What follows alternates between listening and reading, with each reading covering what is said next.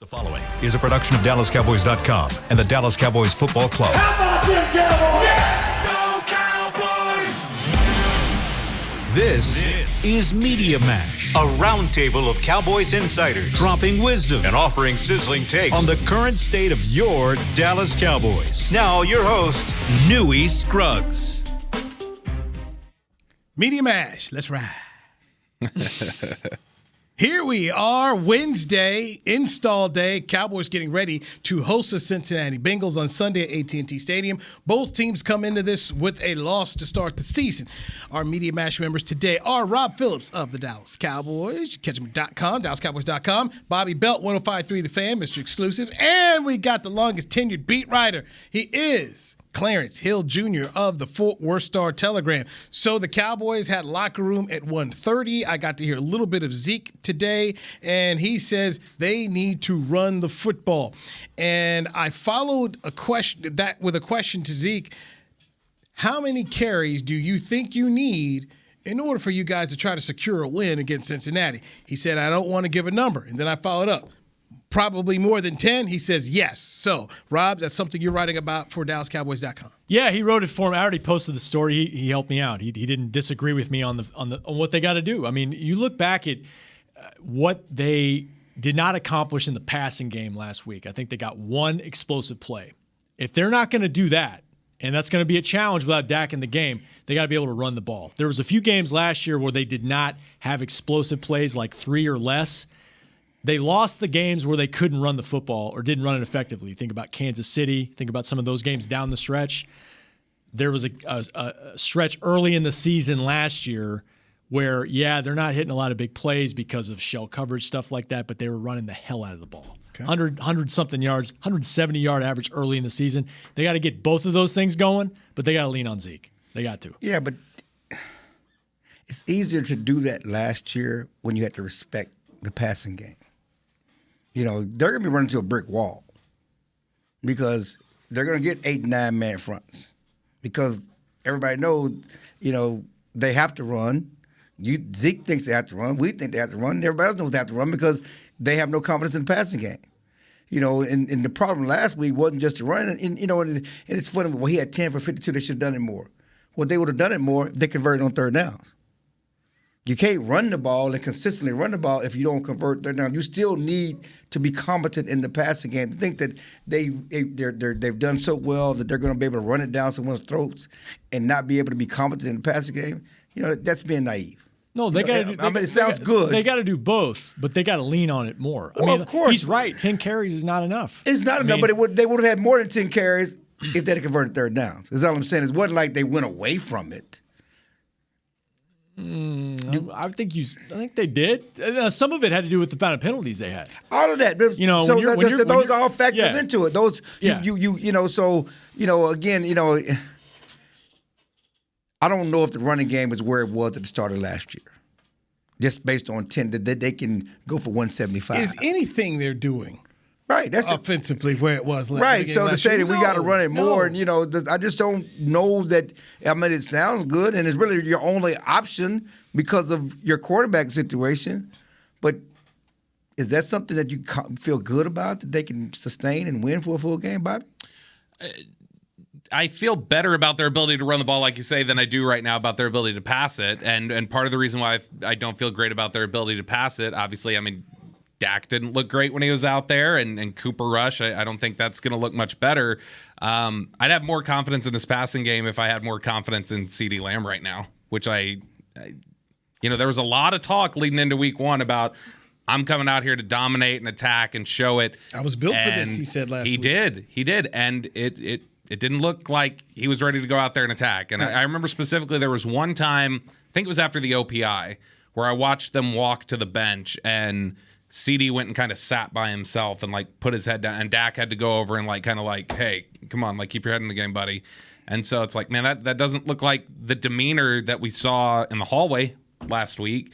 And so if they want any chance at the passing game being any sort of a threat, like CeeDee Lamb's got to step up, and he's got to match his rhetoric with his play. And sadly, you know, Stephen Jones was on the flagship station saying CeeDee Lamb needs to work himself to be a number one receiver.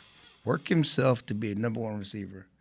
Didn't your whole offensive philosophy in the offseason centered around CeeDee, were you knowing that CeeDee Lamb was the number one receiver? Allegedly, yeah. I mean, if your vice president of personnel is now saying CeeDee Lamb has to work and to learn to be the number one receiver, then everything you did in the offseason is you can question. That's why Amari's not here, because they factored him into that role. Okay. Right? I'm agreeing with you. Right. So, but my point is that we don't know, and he still has to work himself to do that, then what were you building this receiver core around? Hope? Positive projections? Not knowing? You should have known that beyond a shadow of a doubt before you let Amari go. I think they're still banking on CD coupled with Michael Gallup will be enough. And so I think they'll probably hold on to the hope of like, well, let's see how this all looks when, Michael Gallup returns. But, man, this is 4 quarters against Tampa Bay and a first half against Kansas City where we've seen 2 separate times where CD's had to be the number one. He hasn't been able to get anything going. So now it's a hope strategy, what you're telling me, Bobby. It's been a hope strategy. That's the problem. Got to give him hope, It goes back to what Jerry said the first day in Oxnard about projecting. When you're talking about banking on young players, there is a level of projection that goes with that. And sometimes you're right and sometimes you're wrong. Now, we're 1 game in, we'll see. But the other thing about Gallup coming back, too, that's going to help. Especially that would help. They need somebody to take the top off of defense. They need to get vertical. They got to make plays down the field. You're going to ask him to come in after coming off the injury and play 60 plays and be MG for 60 plays? I mean, I don't know if that's fair to him. And we've been talking about that, and I've been saying, this whole, Gallup should not be back for the first month of the season. They're probably going to bring him back. But Chris Godwin is in a prime example, okay? Yes, he made a couple plays. He looked good. He was out there for the opener. And now it's a hamstring injury. And how long is it going to be out with that hamstring injury? Yeah, you don't want to push it. And yeah. They won't push it. Well, then what they need to count on is they need to have, and this is not a thing on them, I don't think. I think it's about the player. Jalen Tolbert has to be better. You can't be inactive in favor of an because that's not about they went with veteran guys over. You went with a rookie and you went with a guy who went undrafted versus the guy that you were really considering taking borderline top 50. And you were very much considering taking him in the second round, and he couldn't get active over the undrafted free agent. And you went with a personal pump protector as your number 2 receiver. Noah Brown was fine though. Was he? Yeah, he was fine. Was he? Yeah, I think so. Yeah, I mean, am I wrong? I don't think Noah Brown was great, but I think he was fine. No, but my point is, on that 3rd and 8, when Dak missed him, when Dak wanted him to sit down, and he kept going, and it made it look like Dak threw the ball, or it was on a scramble early in the 4th quarter. Yeah. The drive before he got hurt. Wide open, threw it. Wide open. Yeah. He was supposed to sit down in an open spot. Yeah, but I mean, you've also got the time where Dak has protection. I believe this was a 3rd down the first half. Dak has protection. Noah Brown gets open on that comeback route, and Dak sailed at 10 feet over his head. No doubt. I'm just talking about 4th quarter, though. I mean, you got to do it. You got to do him some favors. You got to help him out. I agree, but game on the line, game situation. The point is, we saw Noah Brown last year on 3rd downs, and it wasn't there. And I'm just saying that from all the other receiver guys, I talked to Michael Irvin yesterday, Monday. He compared to 2018. He said you should have learned from the lessons pre-coup, not to do the same thing post-coup. Well, I think that's what. Your mic, turn your mic on, Rob. Turn your mic. But for Noah Brown, just want to go over his line. Don't throw numbers at me. Noah Brown had 9 targets, 5 catches for 68 yards with a long of 22. That was tied for second on the team in targets. CeeDee Lamb had 11. Dalton Schultz had 9. Now, coming into the year, we were saying, yes, Lamb, Schultz, these are guys that are getting targets. But when Noah Brown's getting 9 targets in a football game, when you're depending on Noah Brown to help lead your passing game, I don't think anybody was signing up for that in training camp. Nobody was pumping that up in training camp here. So that, to me, is a win for Todd Bowles, if that's what you're doing. Right, it's going to be a win for everybody, the teams coming up, because they're going to do the same thing. I mean, Kellen Moore said that they couldn't get off press coverage. The young receivers couldn't get off press coverage. That was an issue for all of them going back to last year. If you go back to the blueprint that Denver put out there on the entire receiving corps, which included CeeDee Lamb, they could not get off press coverage. When teams started pressing them, that's when the offense took a dip last year.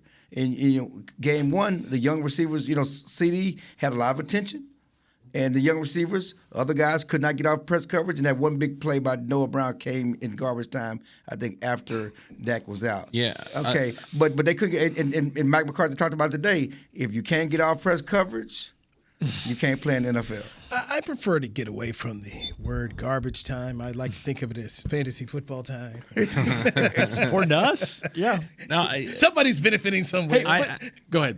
I think that's a good point to talk about there is just about their inability to get off press coverage, because I think one under-discussed factor at this point coming out of this game was the fact that what was one of their big talking points all offseason was that they needed to get tougher and they needed to become a more physical football team.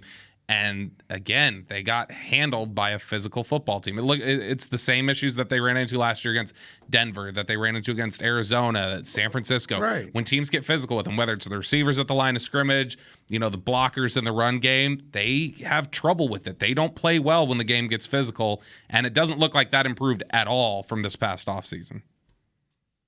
And one more thing about because you mentioned 2018, the difference that they told us, and I think that's true, is that CeeDee Lamb has been to a Pro Bowl. Okay, they think he's a number one guy, but that goes back to what Bobby said. Like that was the problem in 2018. They didn't have a lead guy. They think they have a lead guy here, but they got to get lead production from him to do it and help everything else out, help Coop out. All right, got a backup quarterback in the game. So this is. You should be old, just barely old enough to remember this. Okay. Alvin Harper was a great number 2. Then signed a big contract to go to Tampa Bay, and he was not a good number 1. Now, some guys are Bobby Bonilla. There's a difference between being Bobby Bo and when Barry Bonds hits in front of you. And that's the question right now that's come to my mind watching CeeDee Lamb. And when when Stephen Jones goes on the radio and says it, I'm concerned because it's not that often they come and give you go to the media to tell you, this guy got to go get better. That's scary to me. That's scary to me. Now, maybe this is what lights the fire for CeeDee. I don't know. Was he available in the locker room? Because I was only able to talk to he talks tomorrow. Tomorrow? Everybody got their days. Thursday is CD's day. Everybody got their days. So tomorrow is his day. But, it's something you have to prove. And he, listen, is he got a lot of balls. That's the thing when people look at numbers, and certainly caught a lot of balls last year. But teams were focusing on Amari Cooper. You go back to that big game against New England. He was open for the game-winning touchdown pass because Amari Cooper was drawing double coverage. He had one-on-one coverage. He's not going to see one-on-one coverage this year. He's going to get all the attention as he did. And you watch that game Sunday. Every time a ball was, there were 3, 4, 5 guys around him. Now, as a number 1 guy, 88 club, potentially one of those big receiver contracts, he's going to have to make some of those tough catches. There were some balls there in traffic that he's going to have to make if you're that guy. Think about that draft class now. First receiver off the board was Henry Ruggs to the Raiders. Gone. Then it was Jerry Jeudy to Denver. Cowboys got CeeDee Lamb. Eagles take Jalen Reagor. Then here comes Justin Jefferson. Yep. And wait a minute, was Chase first and then those guys after? No, Chase was the next year. Yeah, Chase was next year. But the bottom line is, Justin wasn't even the best receiver at LSU. No, he wasn't. So it's hard to project. And that was a historic team. And he was more of a slot guy at LSU, And but I'm just saying, it's pretty interesting when you think about all three. It used to be, hey, man, the Raiders were the idiots. And now, because we were up in Denver, they were moaning and groaning about Jerry Jeudy. I went on altitude, and I was trying to protect Jerry Jeudy. Judy's not bad. Judy's still. I'm just telling you, up there. Judy's been a disappointment. They have been killing him up there. I'm just saying, it's there. And so now here it is where, hey, CeeDee Lamb, 88 Club is you. You got a commercial with Dez and Drew and Michael Irvin. We as Parcells said, we pulled out the anointing oil. They've done him, all that. And, it wasn't good. Yeah. And so Reagor has been traded from Philadelphia to Minnesota. So right now we're looking at 4 guys, and there are question marks. Well, there's no more question mark for Ruggs. That's over. But still a question mark on Jerry Jeudy. It's a question mark now on CeeDee Lamb. Rager's not even there anymore. It's going to be a chapter in Jefferson's book. All the guys that were drafted before me. His Hall of Fame book? His Hall of Fame book. Yeah. I mean, because let's be honest. I mean, Jefferson's in the conversation right now as one of the best receivers in the league. He's been great. No doubt. He's the reason why they could trade Diggs to Buffalo. Who's one of the best receivers in the league. Right. One of the most amazing. Hey, we're gonna let this guy go get another. I mean, they tried it once. They traded Randy Moss to New England, and then they drafted Sidney Rice out of South Carolina. It didn't work out. Randy went to Oakland first. Didn't he? Correct. Yes, it was. Yes, from Oakland to New England. Yes, Oakland. But that was how they tried to fill it in there. Then the second time around, they got it right. I mean, you just rarely see a team get rid of a guy, and you could say maybe improved at that position. Lord knows what could happen if they kept both of them. But Diggs hated Kirk Cousins, so it didn't work out there. Hey, let's get our first break in here. Micah Parsons met the media today. I want to know, because he put on Twitter, he was trying to check his Madden rating, wanted his rating up. Let's see if you guys, did we find any news on that? And then didn't even ask about the Madden rating. At least I didn't. I didn't know about it until we got back upstairs. I didn't know about the Madden rating. Well, that was all he talked about on Tuesday when he should have been on Skip and Shannon. On Twitter? Should have been. I get off. Why wasn't he on Skip and Shannon? We will talk about that next right here on the Media Mash with Rob Phillips, Bobby Belt, and one Clarence Hill. I'm Newy Scruggs. It's DallasCowboys.com radio. Back to Media Mash. Todd thought it would be secure to jog in the cheetah savanna. Todd believed the big cat repellent he bought online was reliable. And now, Todd is trying to be faster than this cheetah that can run 80 miles per hour. But the good news is, Todd has AT&T 5G that is fast, reliable, and secure. And he learned the best thing to do is stop running and toss her the backpack with the beef stew. AT&T 5G. Fast, reliable, secure. It's not complicated. 5G requires compatible plan and device. 5G may not be available in your area. See att.com/5G for you for details. What do you call a group of grown men and women with their faces painted silver and blue who get together every week to share a 3-hour-long ritual of jumping, singing, and toasting Miller Lite in 10-gallon hats while yelling, "How about them Cowboys?" You call it Miller Time in Dallas. Here's to the Cowboys. Here's to the original light beer. It's Miller Time. Celebrate responsibly. 2021 Miller Brewing Company, Fort Worth, Texas. The Cowboys way, where 16 Hall of Famers and 5 championships shows us what success looks like. Where turkey is always the second best part of Thanksgiving Day. Where we are all defined by one single thing, the star. Where we as fans know it's our job to keep the tradition going. Bank of America is proud to be the official bank of the Dallas Cowboys and to support the quest of living life the Cowboys way. Copyright 2020, Bank of America Corporation. Lil Sweet! Did you get to work on time? Yeah, but I just realized it's Sunday. Lil Sweet says head on home. Dr. Pepper's on its way. So sweet, unique. Baby, there's nothing better. I bet you've probably done something that deserves a Dr. Pepper. Did you invest your nest egg in an NFT? Yeah, and I don't even know what that is. It's a non-fungible token. Everyone's done something that deserves a Dr. Pepper. Back to Media Mash.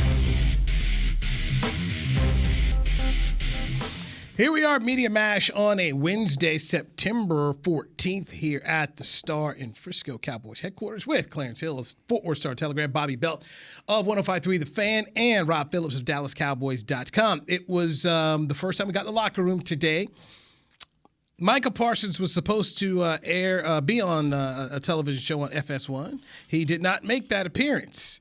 And he said, quote, "My starting quarterback went down and we lost. I just didn't think it was appropriate for me to be on the show at this point. I need to step up and be a leader. I shouldn't be on TV.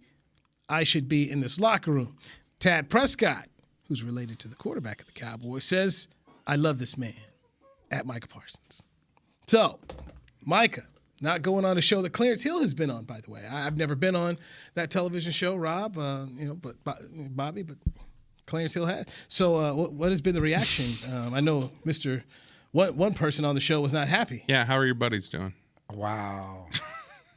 You're an alum of the show. I mean, yeah. You're a friend of the show. I'm a friend of many shows. 2-3 appearances? Friend of many I don't know if shows. he's going to get on their helmets now. I don't think they got I mean, the bottom line is this. I mean, from a team standpoint, from a personal standpoint, from a football player standpoint, I never thought Michael should have been on the show in the first place. That's just not what, that show, just like First Take, they're sensational. They get ratings off of bagging the Cowboys, too many ups and downs of the season. Nothing good can come up, especially after a loss or something like that. I don't think he should have been on the show in the first place. From a professionalism standpoint, let them know. Why would you no-show? Yeah. And if, say, your team didn't communicate it or whatever else, then that still comes back to you because you made the deal, and I'm sure it was a contract. They put equipment in your house. They weren't answering the phones. Let them know. You got to let them know. And so, yes, from a Cowboys standpoint, it looks good. Michael's doing the right thing. Yes, he should be a leader. Should have never been on the show in the first place. But you decided, you agreed to be on the show. You can't decide after wins and losses whether you're going to be on the show or not. They didn't call you to fill in? This is not about me. But I'm just saying, at that point in time, they needed Cowboy content. That's why he doesn't want Mike on the show. Clarence is mad it's taking up his hits. I think what they could do is just transfer that equipment. My chair keeps falling. Yeah, you look like I'm shrinking. That chair didn't work out for Clarence? Shrinking. Oh, he's Clarence. Look at the other chair right there, Clarence. Shrinking Clarence. There you go. Bobby took my chair. I just wanted the record show. Bobby took my chair. First of all, he tried to steal my seat. And he took my chair. I'm just saying they could take. There's like 4 chairs in there. Pick one. The equipment could just be transferred from Micah's house to your house, Clarence. Listen, bottom line is, good for Micah. I mean, he wants to be a leader for his team, and he needs to be in the locker room. He should be. I mean, you don't need because nothing good can come from that back and forth after games on a weekly basis. I feel like that segment would go great if you win every week. Who wins every week? That's my point. Like I don't. Yeah. I mean, I think I liked his answer. I liked his answer that he's got to. It didn't seem appropriate. Terrible loss. Dak gets hurt. I agree. I don't know what happened. But yeah. Okay, but the other problem is this: you're on Twitter all day Monday arguing with Leonard Fournette about a chip block. He don't need to be doing that either. On Tuesday, you're arguing you're telling people to call Madden because your Madden rating too low after a loss. Should we be worried about that either? Should we be talking about that? When your quarterback is hurt, your team, should we be arguing about your Madden rating? You had time to do that. I mean, I think there's a strong difference in the optics, though, of sending out a tweet with like a league partner in Madden and versus like going and doing a full segment with people who are going to flame you and the team. I agree with all that. I agree. I don't have a problem with him tweeting about Madden, but skipping Undisputed. But yeah, just like tell some, don't no shot because the way Undisputed talked about it, they said they tried to get in contact like all day on Monday, right? And so there was plenty of time for them to, it's not just like, well, sorry, I had some bad cell service for 20 minutes. It seemed like it was a pretty persistent issue. But it was a team loss. It's a huge setback for the team in the city. Irregardless of whether it's Skip and Shannon you on it or not, we don't need to be arguing about Madden ratings. It's fine. I mean, it's Twitter though. I don't know. Your whole premise, I need to be a leader for my team. The optics don't look good. We don't need to be arguing about Madden ratings. The optics don't look sure, good. Fine, but I don't think it's I don't think it's necessarily inconsistent to say it's bad optics for him to go on Undisputed and then still tweet. I think that like he views them as different levels of. No, I agree. Where am I present? He can tweet that from the locker room. He's doing his hit from home, and I see it as different. So as I say. Taking the Skip thing out of it, we still don't need to be tweeting about Madden rate. Sure, that's fine. I wouldn't personally do it. I just don't know if it's the same bad optics look as going on Undisputed would have been. I don't really know. Is it a bad rating? Is this cause for concern? I mean, are they? I don't. It was an 88. It wasn't. He should be over 90 if you follow those sort of things. Probably should be at 99. Okay. Do they go and make these changes, or are they using Pro Football Focus ratings? I mean, what goes into getting your Madden rating? Maybe the ratings are always changing. They update them. They update them. But I don't know how good 88 is. I haven't played Madden in he should be over. Years, he should be over 90. He should be closer to a 99. I mean, this man is a great player. Let's just say that we know he's the best player on the Cowboys football team. Yes. He may have been the best player on the field last Sunday. Yes. Okay? There's no question about that. No one's disputing any of that. He's a great player. It's undisputed, you might say. Undisputed. He's destined for greatness. Very good. He's going to be competing for the NFL sack championship this year. He wants, he's on pace for the sack record. 2 sacks every game.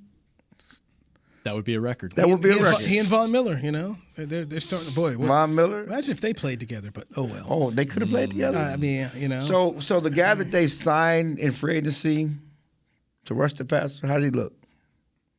Dante Fowler? Yes. I didn't notice him. I saw he played 10 snaps. I didn't notice. I think I saw him out. I noticed that he was in one of the packages once, I think. Didn't look great. He didn't play much. I mean, but look, I have a hard time nitpicking anything the defense did because if you hold them to 19 points, you need to win that game. All right. There are more injury issues to discuss. Let's dive into what head coach Mike McCarthy had to say as the Cowboys get back to work on a Wednesday, getting ready to face the 0-1 Cincinnati Bengals Sunday at home with Rob Phillips, Bobby Belt, Clarence Hill. I'm Newy Scruggs. This is the Media Mash on DallasCowboys.com radio. Did you get to work on time? Yeah, but I just realized it's Sunday. Little Sweet says head on home. Dr. Pepper's on its way. So sweet, unique. Baby, there's nothing better. I bet you've probably done something that deserves a Dr. Pepper. Did you invest your nest egg in an NFT? Yeah, and I don't even know what that is. It's a non-fungible token. Everyone's done something that deserves a Dr. Pepper. Todd thought it would be secure to jog in the cheetah savanna. Todd believed the big cat repellent he bought online was reliable. And now, Todd is trying to be faster than this cheetah that can run 80 miles per hour. But the good news is, Todd has AT&T 5G that is fast, reliable, and secure. And he learned the best thing to do is stop running and toss her the backpack with the beef stew. AT&T 5G. Fast, reliable, secure. It's not complicated. 5G requires compatible plan and device. 5G may not be available in your area. See att.com/5G for you for details. Brace yourself for an existential question. Has your butt been having enough fun lately? Have you been treating it well? Has it been going places? If not, then it's about time you start using SeatGeek. SeatGeek is the best way to get your butt tickets to live events. Just ask the thousands of other butts who have rated it the #1 ticketing app. So what are you waiting for? Download the app now or visit SeatGeek.com to get tickets to sports, concerts, and live events and make your butt happy. SeatGeek. Get your seat in a seat. What do you call a group of grown men and women with their faces painted silver and blue who get together every week to share a 3-hour-long ritual of jumping, sinking, and toasting Miller Lite in 10-gallon hats while yelling, "How about them Cowboys?" You call it Miller Time in Dallas. Here's to the Cowboys. Here's to the original light beer. It's Miller Time. Celebrate responsibly. 2021 Miller Brewing Company, Fort Worth, Texas. Back to Media Mash. Media Mash, let's ride. How did that work out for them? Let's ride. How did Let's Ride do in its opener? I mean, the funny thing about it is after watching Seattle and their quarterback play against the Cowboys in preseason, like, this team may be the worst team in the league. This what they had on offense. I certainly had no expectations of Geno. He won that job because the other guy Locke was just so bad.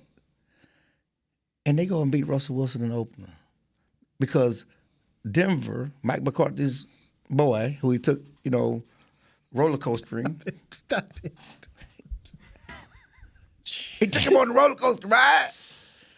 Okay, he took him roller coaster and taught him everything about football. He decides to kick a 64-yard field goal instead of trusting his $250 million quarterback, who they traded heaven and earth for, who's won a Super Bowl on 4th and 5. And they let the clock run. I mean, Peyton Manning was killing them. He was doing that on the Manning cast. What we doing here, guys? I take a timeout here, guys.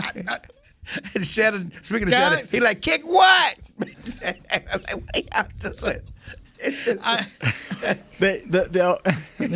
On the Manning cast, they counted how many times Manning did timeout. It was 62. He did that 62 times, and then finally did one ding for Denver. It was funny. I mean, it just makes no sense. But you brought up Let's Ride. How they riding? Let's ride. How they riding up there? How Randy riding up there? How they riding up there in Denver? Randy made more plays than Dante Fowler did. Ooh. Wow. Well, there's a stretch. Thanks, Bobby. He forced a fumble, got a turnover. Okay. One play. Okay. But one more than we saw. But you know what? In fairness What's to that called? In fairness to Fowler, as we saw on the goal line. I would have put Fowler out there more. No, Fowler. I think they would have better success if Fowler. But as we saw on the goal line, we're playing right rush in. On the goal line? Yeah. Dorrance Armstrong? No. Michael Parsons. Oh, Michael Those 2 sacks came from him playing rush in, playing that in spot. Okay. He's on the left side, he came from the right side. No, he was at that Randy Gregory position. Okay. On both of those sacks, the spin move and the other one with the 2 sacks that helped stop the field goal. That's their solution.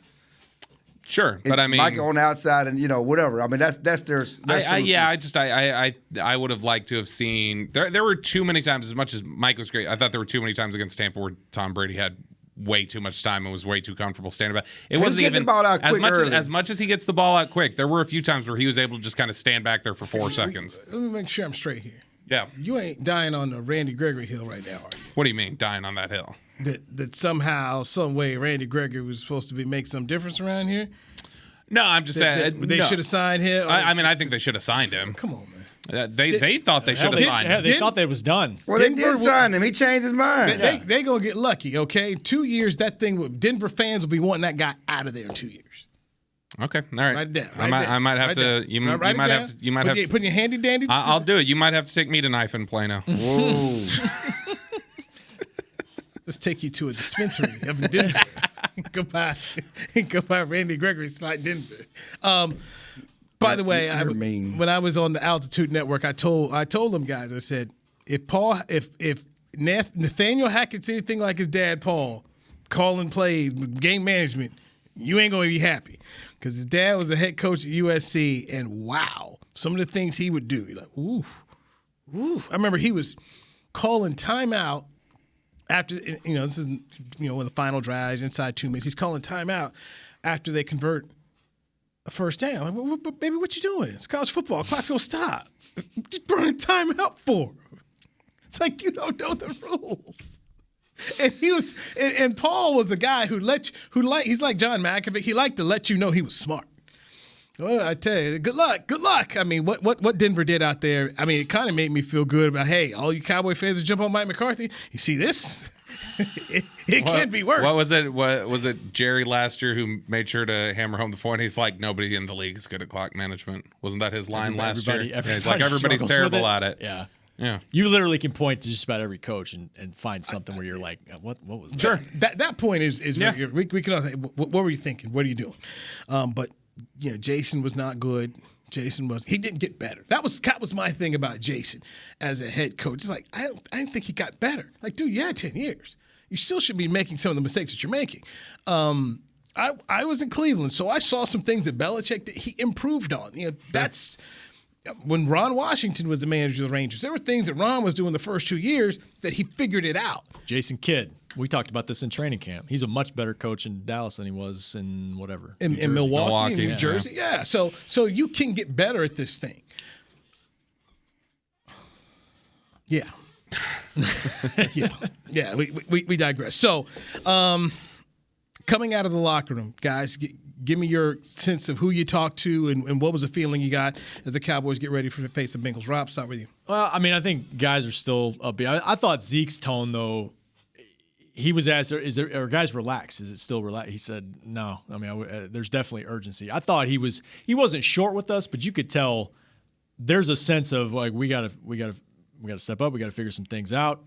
Obviously, I think he would like to be more of a factor in the offense. He put that nicely, and I think he's right. I think and Clarence is right. I mean, they're going to load up probably and try to stop him, but they've been able to run against loaded boxes before. It's not the same line that we've seen in past years. There are more question marks, But I think you said it. Like, what other option do you have? You got a backup quarterback in the game. You got to give him some help. No, you got to give him some balance. They got to work towards that. The problem here is that, I mean, let's go back to the mood. I mean, Zeke said, it's some urgency, but no panic. And I think everybody was trying to say the right things about we're not panicking, but there was a lull at practice. Mike McCarthy, he doesn't have a lot of energy in his press conferences. I mean, there's definitely a lull on this team following with Dak being out and the way they lost it over. Let's just be honest. Just when you watch, you can go by what they say, but you can watch them, and there was definitely not a lot of energy, from what we saw, at practice. And I'm sure part of it is that, and I'm sure maybe as they got going on, it got better. But there's some of that, and it's a malaise as you expect it to be. But getting back to the running game and leading on the running game, and yes, he had I think 5 carries for over 5 yards, whatever else. That's not going to do it. They need big plays. They need big chunks. It's really the way this team commits penalties on the offensive line up front. To expect them to methodically drive down the field without any big plays, and they don't have any big plays in the passing game or the running game without any big plays, you're asking for that false start. You're asking for that hole. Someone's going to set them back because you just can't methodically lean on the running. It's 1975. You're just not going to run the running game down the field and go into the end zone. This ain't, You know what's interesting, though, about it is last year one of their big-time playmakers, a guy who it's like anytime he touches the ball, he can do something with it, was Tony Pollard. And that's why a lot of people want to get Tony Pollard more involved. Tony Pollard helps you win the New Orleans game. Wasn't it that one where he had that big touchdown run? Right. And that was just a straight toss, and he took off, which is why it was so odd to me to see that they felt like they needed to turn him into a gadget player, where it's like, oh, we got to get him in the Wildcat. We got to get him on a double reverse. It's like, why can't you just trust him to be the playmaker that he's been? Like I don't feel like you have to get cute with Tony Pollard. And he's not a Wildcat guy. Most Wildcat running backs are big, strong guys. It's like it's not just a cute thing. It's it's breaking tackles. It's doing a lot of different things. If you look at Wildcat guys in the past, and that's just not his game anyway. I just felt like, let him, and we didn't see a lot of him as a receiver. But if you're going to line him up in the slot, all right, line him up the slot and let him run a normal route tree. If you're going to put him in the backfield, all right, put him in the backfield and try and scheme up favorable math for hat on hat type of blocking setup, and just let him use his athleticism to make a difference. I thought it was odd how, it wasn't just the Wildcat and the double reverse. There was also, you and I were talking about this at practice, there was that kind of odd on the first drive, that little circle motion they had him do. He came in and did a wrap around Zeke and ran the other side. It's like, I don't think you have to do all that with Tony Pollard. Just let Tony Pollard make plays. Yeah, there's a lot of slow developing stuff against a defense that is super fast and quick and gets on the ball quick. And that jumped out to me too. Just hand him the ball. Kellen Moore thinking the misdirection was going to be, he fooled him, did not work. Deceptives. So, the following players have been ruled out for the game on Sunday: Connor McGovern, your left guard; quarterback Dak Prescott; safety Jaron Kearse; and backup defensive end Terrell Basham. Guys, how do we feel about the replacements for all of those players? You've got, I'm assuming, Matt Farnock is going to replace Connor McGovern. We know Cooper Rush is replacing Dak Prescott. Basham be replaced by Sam Williams, according to the depth chart, and according to the depth chart, Israel Mukuamu would replace Jaron Kearse. It was Dan Quinn, I think, said it'll be a Mukuamu Bell kind of combo taking over for Kearse, but which is interesting to me because with Mukuamu taking over for Kearse, while his body type's more similar to Kearse, I feel like Bell is more stylistically who Kearse is than Mukuamu is. Mukuamu we saw covering in the slot, carrying CD at times during training camp and stuff like that, and he's a former corner. Yeah. And so I think that's interesting. He hasn't looked totally comfortable to me when they've asked Mukuamu to play in the box the way they do Kearse, and so I think that's kind of an interesting. I think Bell is more the box guy. He's first a better tackler, more physical player. Yeah. He's going to be the guy that does the stuff down. When they do that big nickel and Kearse will be down at playing basically a linebacker position. I know. I'm guessing McQuam was the tight end guy. Yeah. Hey, you need to be the tight end eraser. What about Jabril Cox? Get him on the field to help with some of that stuff. I mean, I wasn't surprised he was inactive, but you would. How did you get him active this week? I'm surprised just that we're looking at almost a year removed from an ACL tear, and he's still got a brace on, and they're still talking about load management with him. Yeah. That whole situation has been puzzling. Well, with Cox. which is why it goes back to Gallup. If he has issues with the ACL and you're wondering that, then how much are you going to have the same situation with Gallup? Yeah, no, I mean, it's just look, and I understand Godwin got hurt, but it was a hamstring. But like you look at the other side of the field, and Godwin, a guy who tore his ACL and his MCL, tore both of them 2 months after Jabril Cox did, gets the brace off 2 weeks ago and was out there playing. It Everybody's seems body's odd. different, though. I mean, that's, no, I know, but there is no doubt about it. This is a slower ACL recovery than has been seen as normal in the NFL for the last 5 years. I hear you, and that's just one of those we just don't know. I know. I find it odd, and it's like trying to get state secrets when you're just trying to find out, like, hey, what's the deal with this guy? Hey, stop asking about who the backup snapper is. Okay, that's big time stuff. Yes. Cincinnati has been installed as a 7.5 point favorite in Jerry World. Yep. For a team that lost at home with 4 turnovers, they're saying touchdown. 5 turnovers. Yeah, 4 picks. Yeah. 4 picks. 5 turnovers. Guys. That's how dangerous they are, though. The fact that they almost pulled that off. They were going to be the first team with a -5 turnover ratio to come back and win a game since like 2012. Yeah, it'd been about a decade. And if not Burrow, for a block field extra point, they would have pulled it off. They would have done it. And Burrow, I was looking this up while we were sitting in the press box right after because I was already looking ahead. Like, all right, what is Burrow a revenge game guy whenever he plays poorly? And so I looked it up, and he's the last 5 games when he's had 2 turnovers or more. The following week, they're 4-1. They average like a 17-point victory. His pass rating's like 103. Like, I mean, he bounces back in a big way. I'll checkmate you here with this, or at least counter. Let's go. In his 15 years as a head coach, Mike McCarthy is 5-1 the week following a season-opening loss, including a 2-0 mark with the Cowboys. There we go. There's your hope. There's your hope train. Well, There it is. I got one thing. At least How many of those were without the quarterback? Apparently the Cowboys beat up. Apparently the Cowboys beat up the Buccaneers. They didn't win the game. They apparently beat up the Buccaneers. They got like 20 guys on the injury report: Tom Brady, Mike Evans, Leonard Fournette, Russell Gage, Chris Godwin, Julio Jones. They were all on the report. Brady's they did not practice today. None of them practiced today. Brady's been on the injury report for 25 years. Donovan Smith, none of them practiced today. That's a lot of Christian Wirfs limited. They had a lot of guys not practicing. The Cowboys beat them up. They beat them up. They ain't win the game. They beat them up. All right. Yeah. Are you here on the MASH tomorrow? I am not. I don't know who's here tomorrow. Okay. I may be back. I'll gladly text you if you need me to. I'm just really asking. What are we following up on? Cowboys win this game? This week? Yeah. No, I don't think so. Are you back tomorrow? No. Cowboys win this game? No, I got Cincinnati.